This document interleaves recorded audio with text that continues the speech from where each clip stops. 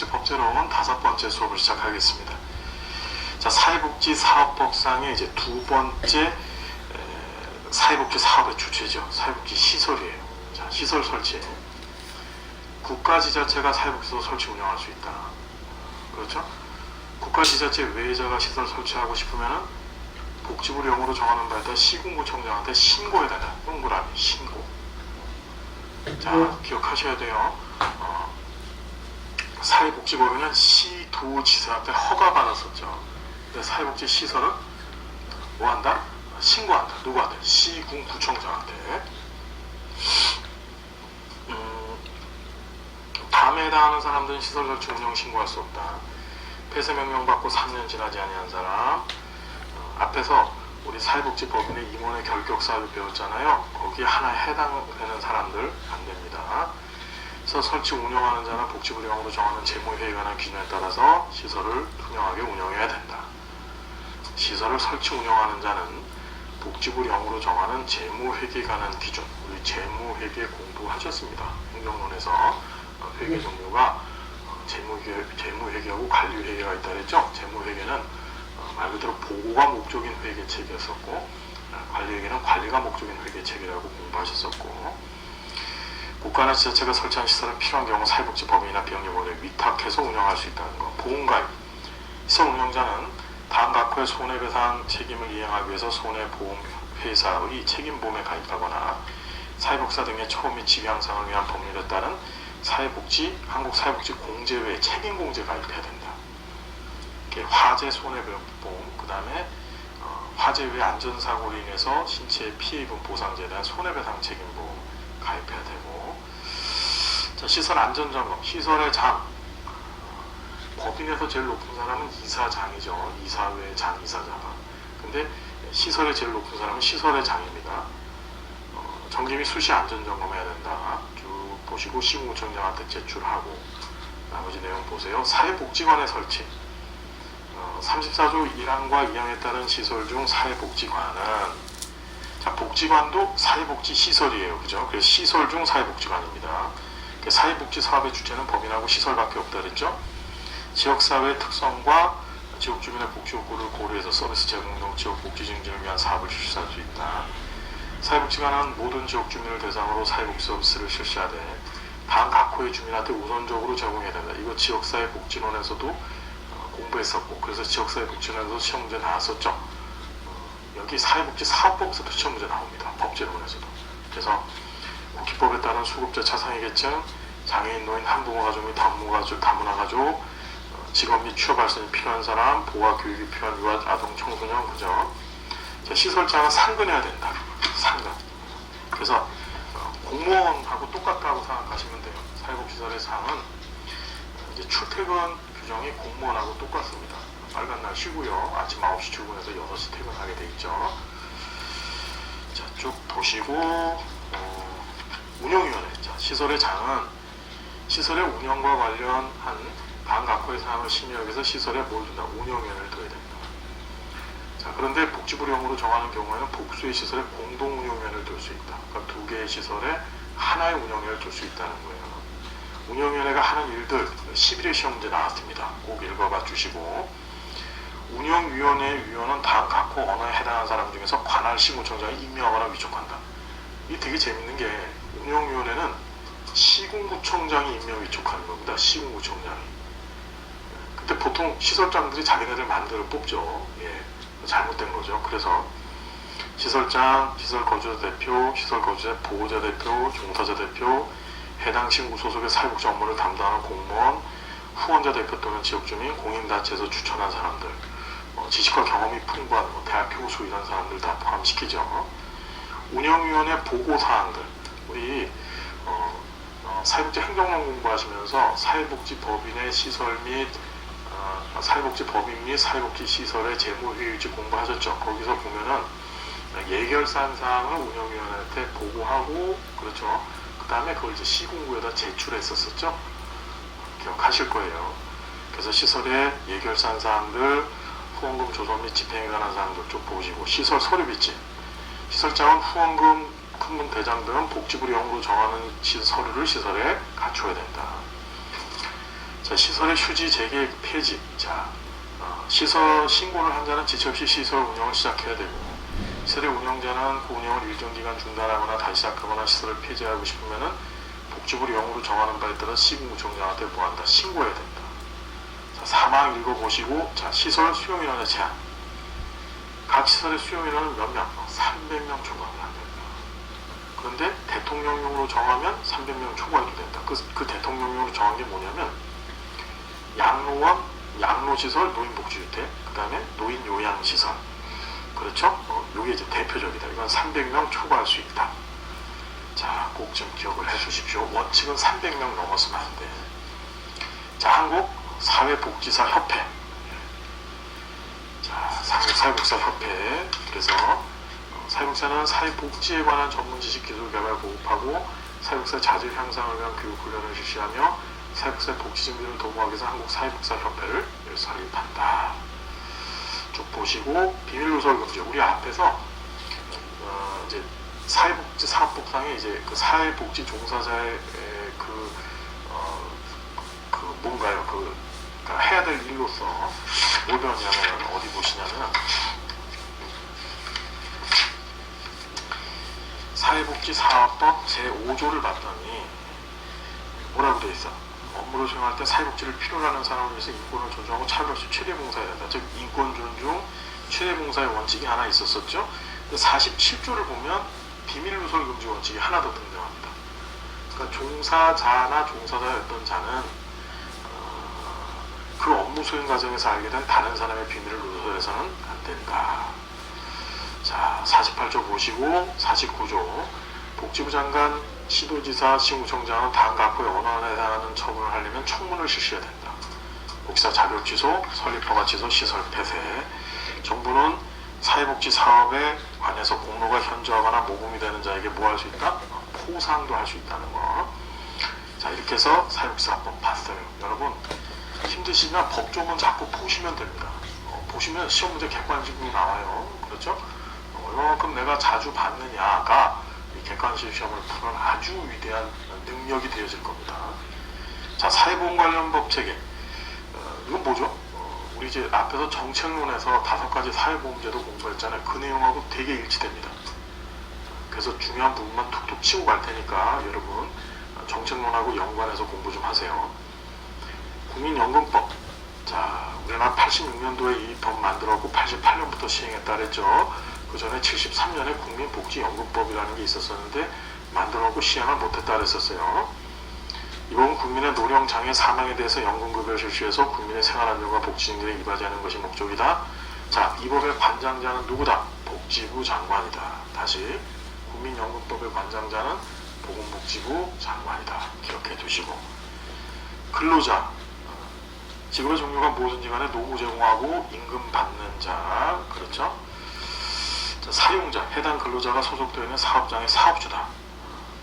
그렇죠. 사업주를 사용자라고 얘기하는 거, 이 법에서. 소득. 일정한 기간 근로를 제공해서 얻은 수입에서 대통령령으로 정하는 비과세 소득을 제외한 금액 또는 사업 및 자산을 운영해서 얻은 수입에서 필요경비를 제외한 금액. 그러니까 순수소득을 얘기하는 거죠. 자, 평균소득 월액, 기준소득 월액 중요해요. 평균소득 월액은 매년 사업장 가입자 및 지역가입자 전원의 기준소득 월액의 평균. 그러니까 매년 단위로, 연 단위로 이 평균소득 월액을 계산하는데 국민연금 가입자 종류가 사업장 가입자고 지역가입자가 있는데 이 사람들 모두를 다 들여놓고 이 사람들의 이 소득을 평균 내버린 게 바로 평균소득 월액입니다. 이 평균소득 월액은 전체 소득자의 소득 평균 금액이라고 보시면 되는 거고, 자, 기준소득 월액은 연금보험료와 급여를 산정하기 위해서 국민연금 가입자, 그러니까 개인 가입자의 소득 월액으로 정한 금액이다. 그러니까 이 평균소득 월액은 전체 가입자의 소득 평균, 기준소득 월액은 나를 기준으로 내가 낸 보험료에 대해서 이제 소득을 기준으로 잡은 거예요. 내가 내는 거. 자, 가입자의 종류가 사업장 가입자, 지역 가입자, 임의 가입자, 임의계속 가입자가 있는데, 자, 보시면 사업장 가입자는 사업장에 고용된 근로자, 사용자, 그래서 국민연금에 가입된 자. 지역 가입자는 사업장 가입자가 아닌 자로서 구조에 따라 국민연금에 국민연금에 가입된 자. 임의가입자는 사업장 가입자인 지역가입자 외자로서 국민연금에 가입된 자. 임의계속가입자. 임의계속가입자. 이건 국민연금 가입자 또는 가입자였던 자가 가입자로 된 자. 연금보험료, 국민연금 사업에 필요한 비용인데 사업장 가입자 경우 밑줄 보세요. 부담금 더하기 기여금. 다시 뭐라고? 부담금 더하기 기여금. 지역가입자, 임의가입자, 임의계속가입자는 본인이 낸 거. 자, 이 부담금을 묻는 문제가 나는데 이 부담금은 사업장 가입자한테만 소용되는 용어인데 사업장 가입자에서 사용자, 즉 사업주가 부담하는 돈을 부담금이라고 하는 거야. 우리 국민연금 지금 9% 내죠? 9%인데 그 중에 절반, 4.5%를 사업주가 내주잖아요. 그게 부담금이야. 그게 사용자가 내주는 거. 그 다음에 나머지 4.5%는 본인이 내죠. 근로자가. 그걸 기여금이라고 하는 거야. 자, 사업장은 근로자를 사용하는 사업소 및 사무소. 수권은 급여받을 권리. 수권자는 실제로 이 급여를 받는 자. 그러니까 수급권은 급여받을 권리고 수급권자는 급여를 받을 권리를 갖고 있는 자를 얘기하는 거고 수급자는 실제로 급여를 받고 있는 자. 무슨 말인지 알겠죠? 용어들 잘 정리해 두세요. 국민연금 가입자. 국내에 거주하는 국민으로서 몇 살? 18세 이상 60세 미만. 몇 살 다시? 18세 이상 60세 미만인 자는 국민연금 가입 대상이 됩니다. 근데 공무원연금, 군인연금, 그다음 사립학교 교직원연금, 별정우체국법이라고 하는 이게 이제 직영연금이라고 하죠. 우리 정책론 시간에 공부하셨었어요. 이거 받는 공무원, 군인, 교직원, 별정우체국, 즉 그 밖에 대통령령으로 정하는 자는 이 가입 대상에서 제외가 되더라. 다 이미 정책론 시간에 했던 얘기예요. 자, 가입자의 종류, 사업장 가입자, 지역가입자, 임의가입자, 임의계속자입자 공부했었었죠? 어디서? 정책론에서. 그래서 사업장 가입자, 지역가입자, 임의가입자, 임의계속가입자 있었다는 거 정책론에서 했다.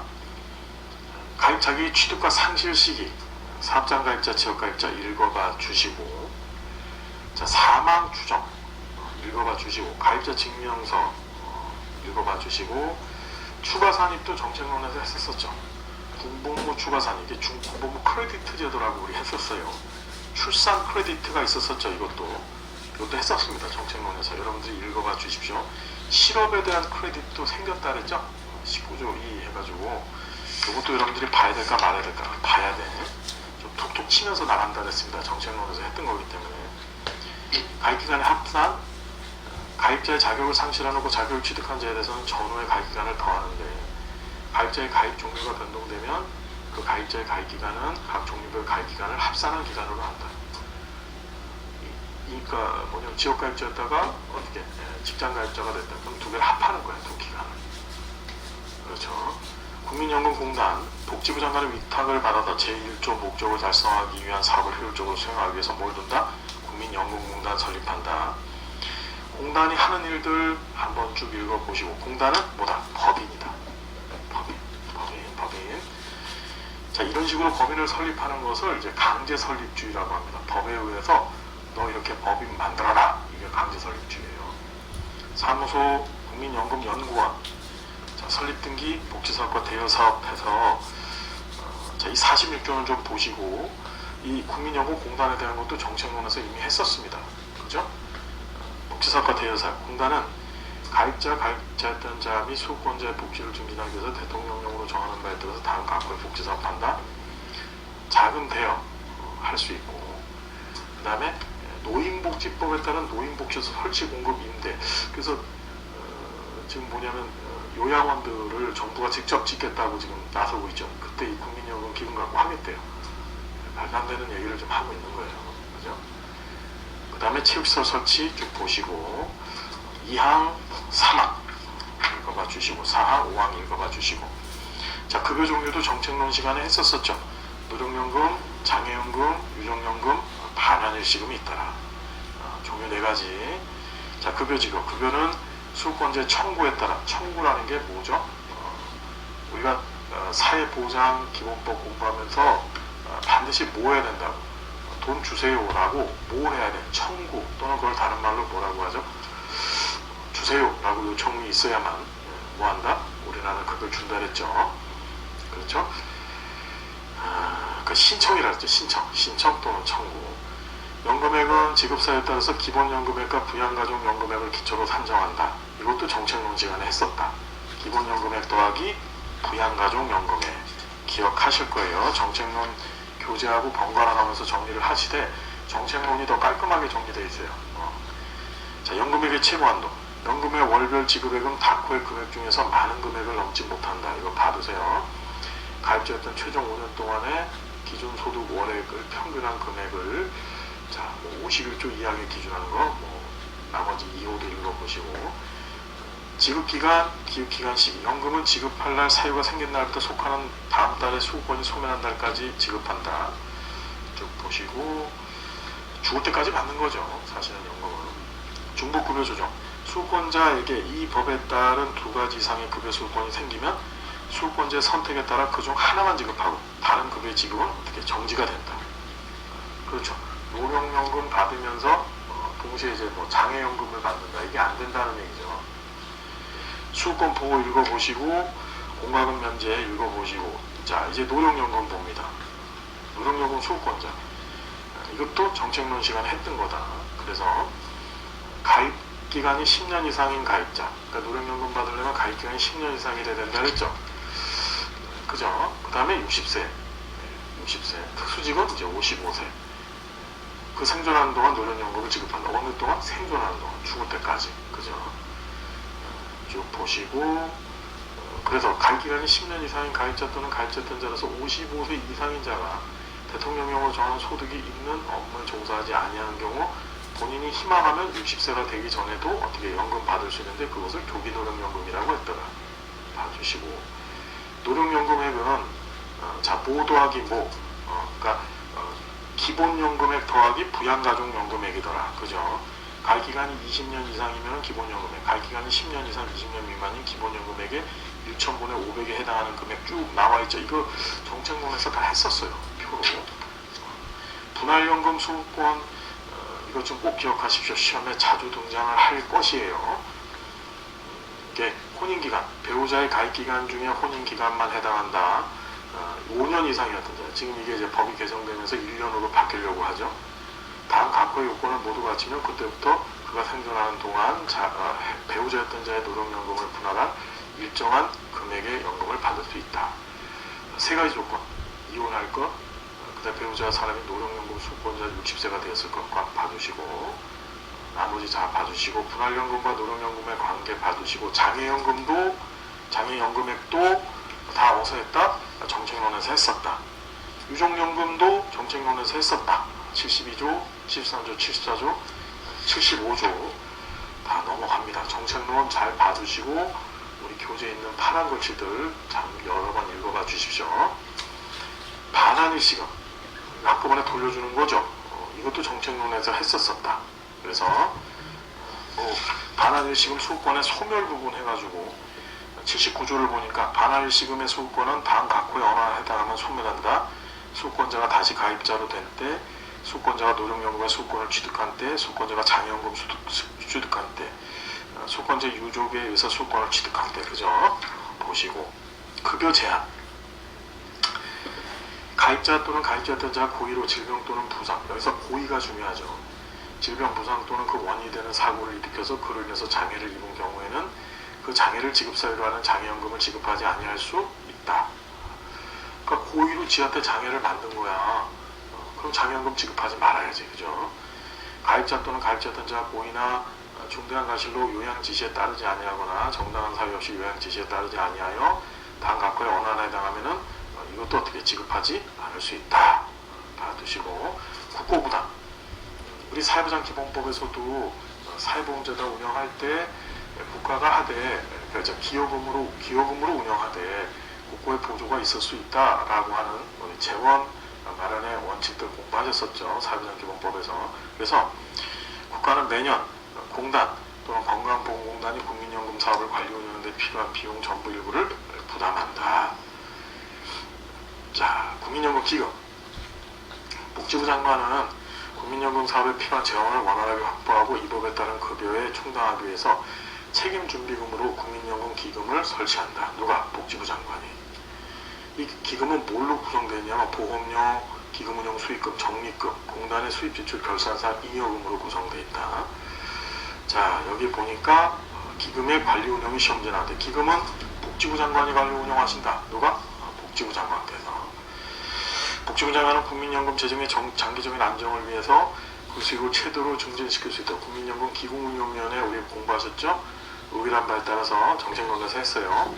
다음의 방법으로 기금을 관리 운용하되 가입자였던 자 및 수급권자의 복지 증진을 위한 사업에 대한 투자는 국민연금 재정의 안정을 해치지 않은 범위 내에서 해야 된다. 자, 그래서 뭐 예입 신탁, 뭐 투자, 뭐 매매, 뭐 이런 것들 있죠? 이거 10회 때 나왔는데 틀리라고 나온 문제긴 하지만 꼭 봐주십시오. 국민연금 기금운용위원회가 등장합니다. 기금의 운용에 관한 다음 각 호의 사항을 심의 의결하기 위해서 복지부에다 뭘 뒀다? 국민연금 기금운용위원회를 뒀다. 심사 청구, 재심사 청구. 자, 이게 권리부재 방식이에요. 꼭 기억해야 돼. 국민연금 제도에 있어서의 권리부재 방식은 심사 청구와 재심사 청구로 되어 있다. 권리부재 방식은. 그래서 심사 청구는 가입자의 자격, 기준소득, 월액, 연금보험료, 그 밖에 입법했다는 징수금과 급여에 대한 공단 또는 건강보험공단의 처분이 이의가 있는 자는 처분을 한 공단 또는 건강보험공단에 뭘 한다? 심사 청구할 수 있다. 그러니까 심사 청구 받는 데가 어디야? 공단, 즉 국민연금공단이나 건강보험공단이죠. 자, 그 다음에 재심사 청구합니다. 심사 청구에 대해서 불복하면은 어떻게? 결정 통지를 받은 날부터 90일 이내, 며칠 이내? 90일 이내에 대통령령으로 정하는 사항을 적은 재심사 청구서에 따라서 국민연금 재심사위원회에다가 재심사 청구를 할 수 있다. 111조 국민연금 재심사위원회가 나와 있어요. 그래서 이거 보건복지부에 있습니다. 어디에 뒀다고? 보건복지부에 재심사위원회가 있어요.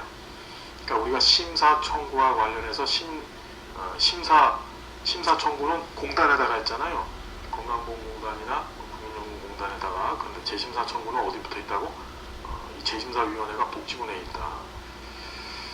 자, 그리고 재심사 청구 사항에 대한 재심사위원회 재심사는 행정소송법 제18조를 적용할 때 행정심판법에 따른 행정심판으로 보더라. 무슨 얘기인지 이해가 돼? 이게 행정심판이야, 이거는.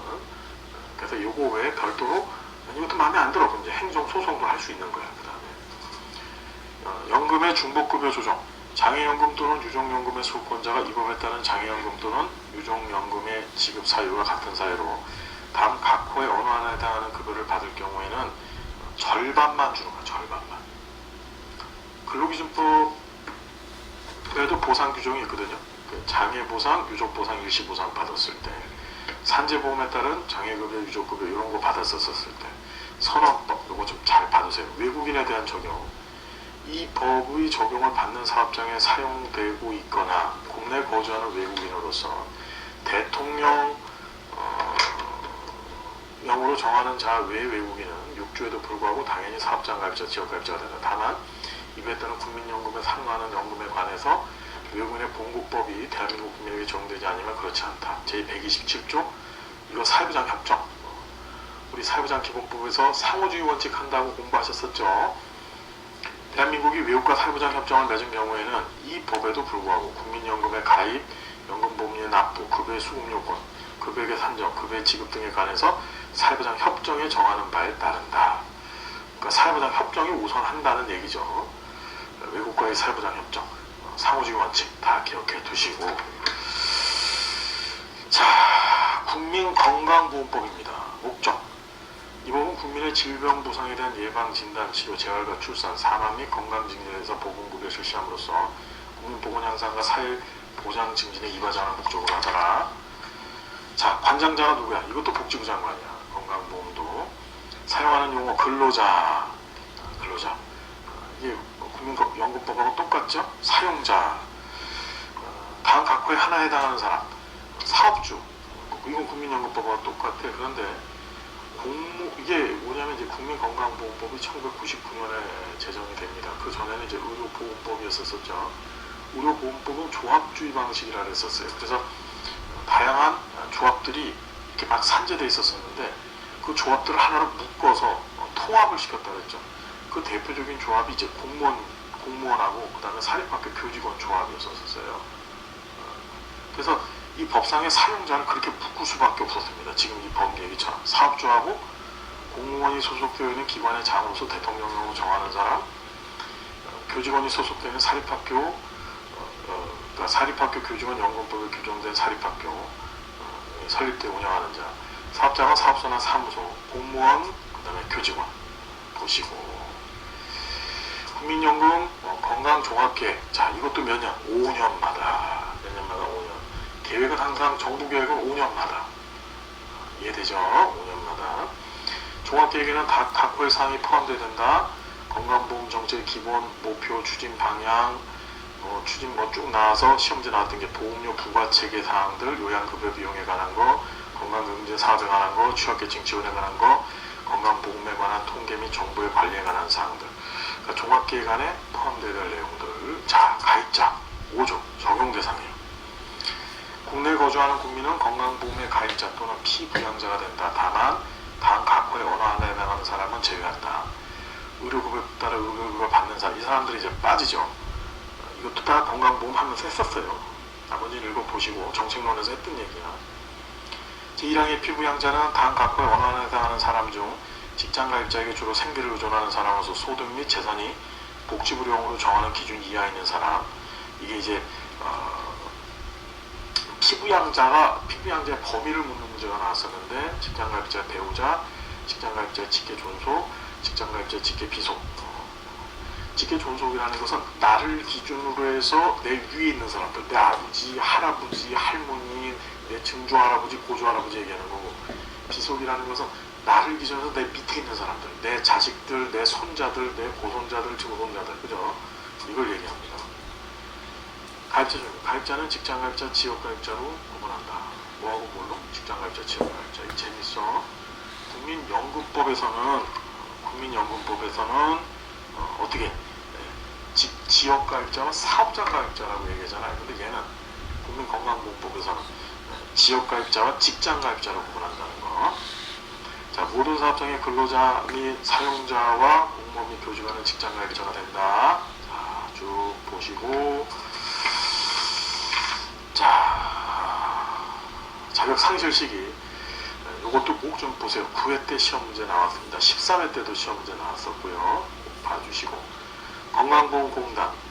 건강보험의 보험자는 국민건강보험. 보험자가 건강보험공단이야. 보험자가. 기억해 두십시오. 보험자. 공단은 단 각각의 업무를 관장한다. 건강보험공단이 하는 업무를 묻는 문제가 10회 시험 문제 나왔었다. 쭉 봐주시고, 국민연금처럼 어떻게 이 공단은 법인이다. 국민연금하고 똑같죠? 국민연금공단하고 똑같아요. 공단은 주된 사무소의 소재지에 설립등기해서 설립한다. 자, 민법을 준용하고, 자, 보험급여, 요양급여 있었었고, 그 다음에 부가급여, 장애인보장급여, 건강검진이 있다는 거 여러분 기억하시죠? 이것도 이제 정책론에서 살짝 했었었는데, 요양급여는 쉽게 말하면 병원 약국 가는 거라고 보면 돼. 그래서 진찰 검사, 약제 치료 지급 뭐 이런 것들이고, 그렇죠? 요양급여고. 선별급여가 시험 문제 나왔었는데, 요양급여를 결정함에 있어서 경제력 또는 치료 효과성 등 불확실해서 그 검증을 위해서 추가적인 근거가 필요하거나 경제성이 낮아도 가입자 피부양자의 건강회복에 잠재적 이득이 있는데 대통령령으로 정하는 경우에는 예비적인 요양급여인 선별급여를 지정해서 실시할 수 있다.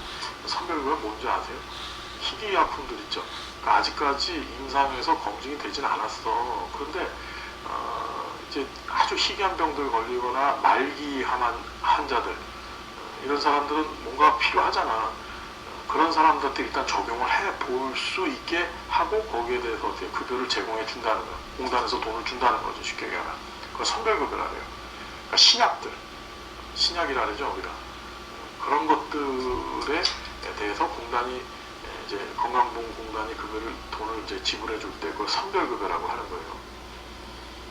그러니까 요양기관, 병원 약국이 요양기관인데 요양급여 쭉 보시고, 그 요양기관의 종류가 의료법에 따라 개설된 의료기관, 약국들, 그 다음에 한국희귀 필수의약품센터, 그 다음에 보건소, 보건의료원, 보건지소, 그 다음에 뭐 보건진료소 있다는 거 다들 한번 봐주셔야 됩니다. 여러분 이거 다 봐주셔야 돼요. 자, 그 다음에 요양기간은 정당한 이유 없이 요양급여 거부하지 못하고 비용의 일부 부담. 요양급여를 받는 자는 대통령령으로 정하는 바에 따라 비용의 일부를 본인이 부담한다. 이것도 우리 정책론에서 했었었죠. 1항에 따라 본인이 부담하는 본인 일부 부담금의 총액이 대통령령으로 정하는 금액을 넘었으면은 공단이 그 초과 금액을 부담하죠. 그것도 우리 정책론에서 했었었고 시험에서도 나왔었다. 자, 산정 읽어보시고, 자, 요양비는 이거 기억하실까? 조산원, 그죠? 그래서 공단은 가입자나 피부양자가 복지부령으로 정하는 긴급하거나 그 밖의 부득한 사유로 요양기가 비슷한 기능을 하는 기관으로서 거기서 질병부상, 출산 등에 대해서 요양을 받거나 요양기관이 아닌 장소에서 출산하면은 그게 조산원이라 그랬죠? 그렇죠.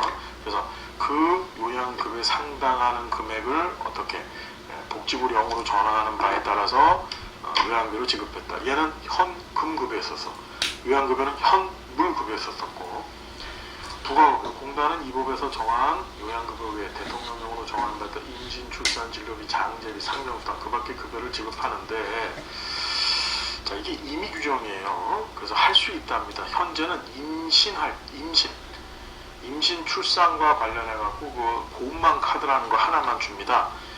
정책론 시험제 나왔던 게 장제비, 그러니까 장사 지날 때 들어가는 돈, 상병수당, 내가 입원해 있어가지고 근로를 못했었을 때, 그러니까 일을 못했었을 때 그걸 이제 소득을 보존해주는 제도가 상병수당이죠. 그 다음에 그 밖에 그 일을 안 하고 있어요.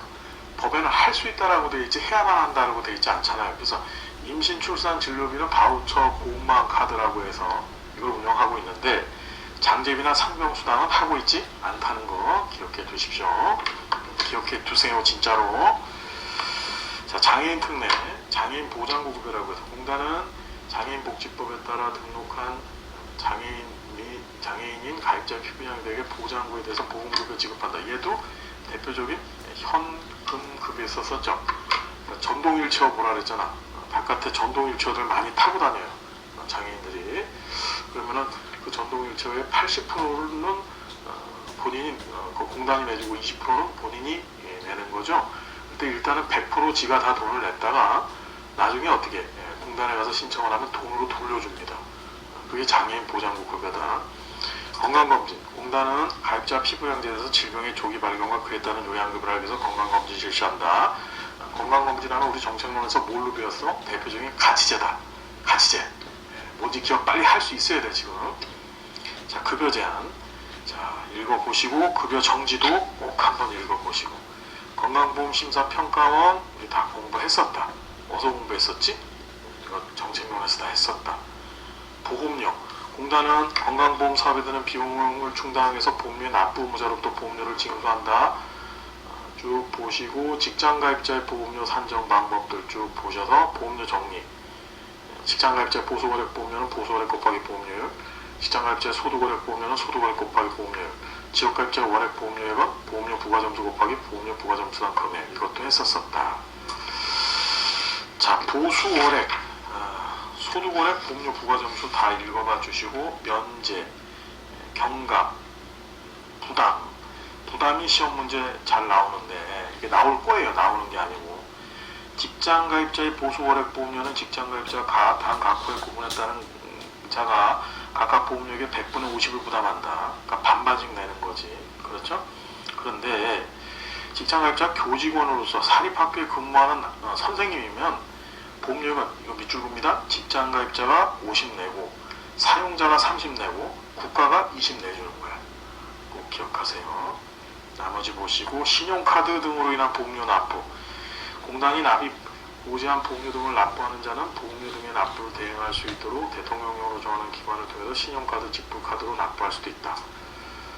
그렇죠? 납부할 수 있어, 신용카드로도. 자, 쭉 보시고, 체납보험료의 분할. 그래서 공단은 보험료를 3회 이상 체납하면은 몇 회? 3회 이상 체납. 복지부 영화는 저 분할 납부를 승인할 수 있다. 그렇죠? 승인할 수 있다. 보시고, 이의신청. 자, 이 건강보험에서의 이의신청은 이의신청 심판 청구라 이게 이제 구제죠. 구제인데 이의신청, 심판청구, 행정소송이라고 하는 세 단계를 거치게 되어 있다. 이의신청, 그 다음에 어떻게 심판청구, 행정소송. 보시면은 보시면 한번 볼까요? 볼게요. 그러면 이게 뭐냐면은 가입자 및 피부양제, 자격보험료 등 보건급여에 대한 공단의 처분에 이의가 있는 자는 건강보험공단한테 일단 이의신청을 합니다. 요양급여 비용, 요양급여 적정성 평가. 그러니까 약국이나 병원에서 우리한테 돈 제대로 안 줬어요. 이런 사람들 있죠. 약국 병원장님이나 약국 원장님이. 그럼 어떻게 돼? 심사평가원에다가 어떻게 이의신청하는 거예요. 그렇죠. 이렇게 하고, 자, 그게 이제 안 먹혀 들어갔어. 그러면 어떻게 하느냐면 건강보험 분쟁조정위원회. 뭐라고요? 건강보험 분쟁. 이건 보건복지부에 위치해 있습니다. 여기다 심판 청구를 합니다. 그러면 심판 청구 보시고, 그래서 이 건강보험 분쟁조정위원회는 제88조에 따른 심판 청구를 심리 의결하기 위해서 복지부에다 건강보험 분쟁위원회를 둔다. 오케이 되십시오. 그 다음에 그것도 안 먹히면 그 다음에 행정소송 들어가는 거예요. 그래서 공단 또는 심사평가원의 처분에 있는 자와 이의신청 또는 심판 청구에 대한 결정에 불복하는 자는 행정소송법에 따라서 행정소송 제기할 수 있다. 외국인 특례, 여러분 국내에 체류하는 제외국인 또는 외국인이 적용사업 대상사업자의 근로자, 공무원 또는 교직원이고 해당하는 경우에 직장가입자로 만들어준다는 거죠. 두시고 실업자 특례 중복급여 조정 읽어봐 주시고요. 고용보험법서부터 다음 시간에 계속 진행을 하겠습니다. 빨리빨리 나가는데 이 법제로는 여러분들이 많이 읽어주시는 수밖에 없어요. 사실은 제일 좋은 방법이 그겁니다. 많이 읽어주셔야 된다는 거. 어렵습니다. 부탁드리겠습니다. 30일만 있어도 합격할 수 있습니다. 30일만. 저 진짜 30일 공부해서 합격하는 사람을 많이 봤습니다. 그렇다고 공부를 하지 말라는 뜻이 아니고 조금만 노력하셔도 합격할 수 있는 시험이니까 우리 교재만 믿고 제 강의만 믿고 그냥 전념을 해주시고, 특히 파란 글씨 위주로 해서 여러분 집중해 주시면 반드시 좋은 결과가 있을 겁니다. 함께해서 고맙습니다. 다음 시간 행복한 모습으로 또 만나 뵙겠습니다. 감사드립니다.